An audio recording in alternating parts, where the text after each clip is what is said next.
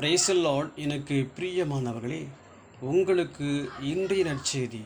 நம்முடைய வாழ்க்கையில் கர்த்தரை விட்டு தூரம் போகும்போது, தேவனோடு இருக்கிற நிறத்தை விட்டு விலகும்போது, தூரமாக போகும்போது, கீழ்ப்படியாமல் போகும்போது, தேவ சமூகத்தை விட்டு ஓடும்போது அநேக பிரச்சனைகளை சந்திக்க நேரிடும்.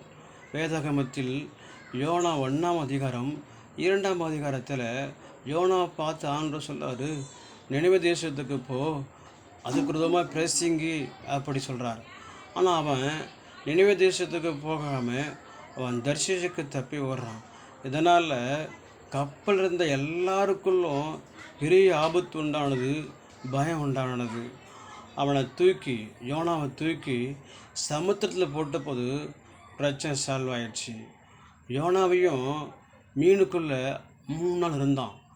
அந்த மீனுக்குள் இருக்கும்போது அவன் கர்த்தரை நோக்கி பார்த்து, ஆண்டவரே என்னை மன்னிச்சிடுங்க, எனக்கு உதவி செய்யுங்க அப்படின்னு கேட்டபோது தேவன் எனக்கு உதவி செய்தார். எனக்கு அன்பானவர்களே, நீங்களும் உங்கள் வாழ்க்கையில் தவறுகளுக்கு, தப்புகளுக்கு, குற்றங்களுக்கு மன்னிப்பு கேளுங்க. கர்த்தர் உங்களையும் மன்னித்து உங்களையும் ஆசீர்வதிப்பார். May God bless you. Amen.